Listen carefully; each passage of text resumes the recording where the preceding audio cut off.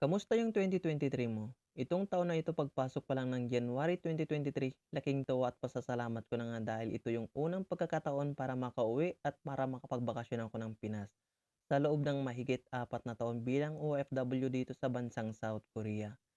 Diretso na yan, hindi na ako nakauwi. Natapos na ang una kong kontrata which is 3 years. Nabigyan na din ako ng 1 year extension hanggang sa nabigyan ulit ako ng 1 year and 10 months extension. January 2023 makikita ko ng pamilya ko at the same time makikita ko na ulit ang girlfriend ko. Kasabay niyan pagkasundo nila sa akin si airport ng ate niya, nag-propose na nga din ako agad. Actually, year 2020 sana ako mag-propose kay Mrs. 1 month na lang flight ko na. Pero dahil sa hindi inaasahan nagkaroon ng COVID-19 at nag-travel ban nga. Kaya na-cancel ang flight ko hanggang sa umabot ng 4 years mahigit na hindi ako nakauwi. Naniniwala ako sa plano ni Lord. Tayo kasi kapag nagplano, straight, smooth, malinis.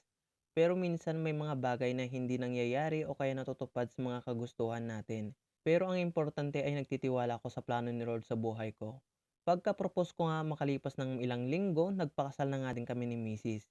Minsan ng bakasyon pero madaming ganap. O ng travel namin bilang mag-asawa, pumunta kami ng Boracay, pumunta kami ng Aurora, nakapunta din kami ng probinsya namin sa Abra. Natapos na nga din dito yung bahay namin, katas ng Korea yan. Nakabili nga din ako dito ng motor para kay Mrs. pang service namin. Hanggang sa pagbalik ko nga dito sa South Korea, may good news ulit at positive nga.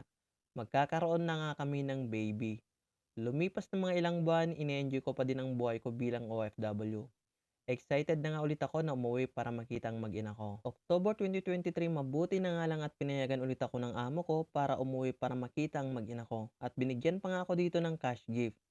Siyempre, halo-halong emosyon ang aking nadarama kasi magiging ganap na tatay na ako at the same time makikita ko ang first baby namin sa personal. Kaya excited na excited nga ako para makita, mahawakan at pagsilbihan ang mag-ina ko. At nung natapos ng bakasyon ko, pabalik na ako ng Korea, ang bigat na pala. Kung dati nakakaya ko pa, iba nga din talaga kapag may baby o kaya may anak na.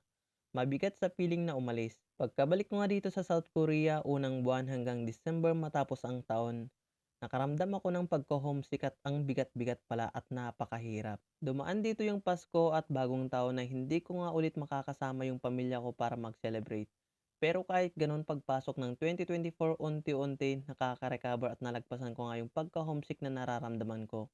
Kaya thankful ako kasi sa isang taon madaming ganap na mga magaganda na nangyari sa buhay ko.